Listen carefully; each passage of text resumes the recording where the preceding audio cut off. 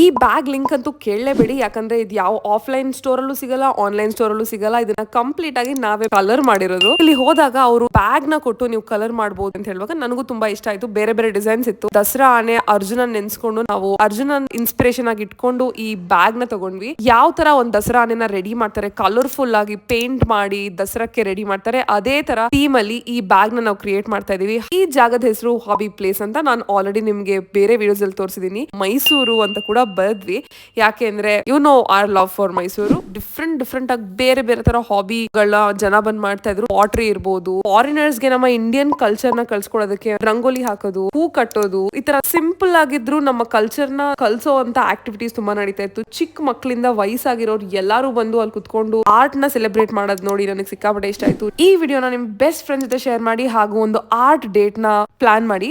ಇದೇ ತರ ಕ್ರಿಯೇಟಿವ್ ಜಾಗ ನಿಮಗೆ ಗೊತ್ತಿದ್ರೆ ಅದನ್ನ ಕಾಮೆಂಟ್ ಅಲ್ಲಿ ತಿಳಿಸಿ, ನನಗೆ ನಾನು ಹೋಗಿ ವಿಸಿಟ್ ಮಾಡ್ತೀನಿ. ಹಾಗೂ ನಮ್ಮ ಬ್ಯಾಗ್ ಕಂಪ್ಲೀಟ್ ಆಗಿದೆ. ಇದೇ ತರ ಕ್ರಿಯೇಟಿವ್ ಜಾಗಗಳನ್ನ ಮೈಸೂರಲ್ಲಿ ನಾನು ತೋರಿಸ್ತಾ ಹೋಗ್ತೀನಿ. ಇದೇ ತರ ಕಾಂಟೆಂಟ್ ಇದೆ ಮೈಸೂರುಗಳನ್ನ ಫಾಲೋ ಮಾಡಿದ್ರೆ ಮತ್ತೆ ಸಿಗೋಣ.